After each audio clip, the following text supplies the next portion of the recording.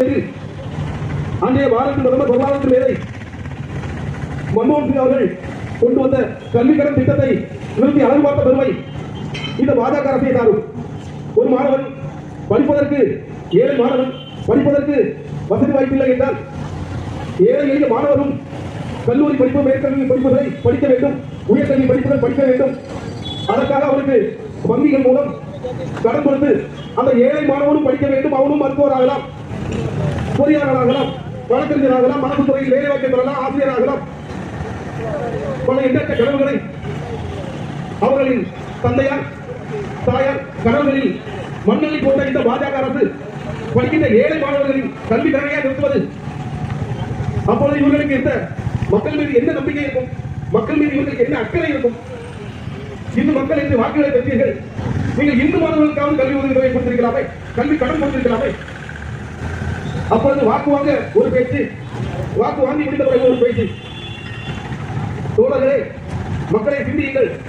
வாக்கு வங்கிக்கு மட்டுமே உங்களை பயன்படுத்தும் இந்த பாஜக அரசு மக்களின் நலன் சார்ந்த எந்த திட்டங்களையும் தீர்க்கவில்லை. மாறாக இந்திய தேசிய காங்கிரஸ் கட்டமைத்த அனைத்து நிறுவனங்களின் விற்று ஏற்பட்ட இந்த பாஜக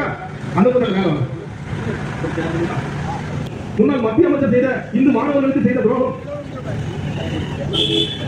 இந்து மாணவர்களுக்கு உதவித்தொகை வாங்கி தருகிறேன் என்று பொய்யான பரப்புரையை கூறி அனைத்து இந்து திருக்கோயில்களும் சென்று விளம்பரம் செய்து நாகர்கோவில் நாகராஜா பிடரில் ஜூலை போராட்டம் என்ற ஒரு பெரிய போராட்டத்தை துவங்கி அதன் மூலம் இந்து சொந்தங்கள், இந்து மாணவர்கள், அவர்களின் பெற்றோர்கள், அவர்களின் குடும்பத்தார் அனைவரையும் வரவழைத்து வரவழைத்து நாகராஜா பிடரில் ஒரு பொதுக்கூட்டத்தை நடத்தி நாம் ஆட்சிக்கு வந்தால் இந்து மாணவர்களுக்கு உதவித்தொகை வாங்கி தருவேன் என்று பொய்யான பரப்புரையை கூறி அதன் மூலம் மத்திய அமைச்சரானார்கள்.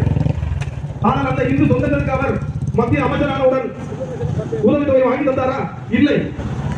சிந்தியுங்கள் மக்களே, உங்களது வாக்கு மட்டும்தான் அவர்களுக்கு தேவை. அதற்காக அவர்கள் எந்த படிக்கும் செல்வார்கள். உங்களது வாக்குகளை பெற வேண்டும், இந்து மக்களை பிரித்தாள வேண்டும், அதன் மூலம் புரிகாய வேண்டும் என்று நினைக்கும் பாஜக. ஆனால் இந்திய தேசிய காங்கிரஸ் ஜாதி மதத்திற்கு அப்பாற்பட்டு அனைத்து தரப்பு மக்களை அன்பாக பாவித்து நாடு நாடு நாட்டு நலன் நாட்டுப்பட்டு கொண்ட பேரியக்கம் இந்திய தேசிய காங்கிரஸ். இந்திய தேசிய காங்கிரஸ் நாட்டு மக்களின் நலன் சார்ந்த திட்டங்கள் மட்டுமே தீட்டியது. அதற்கு மேலே குடும்ப தலைவிகளுக்கு ஆண்டுக்கு 15 லட்சம் ரூபாய் வங்கி கணக்கில் செலுத்துகிறேன் என்று பொய்யான பரப்புரை கூறி அதன் மூலம் ஆட்சிக்கு வந்த பாஜக இன்று வரைக்கும் ஏதாவது ஏழை தாய்மார்களின் வங்கி கணக்கில் 10 ரூபாய்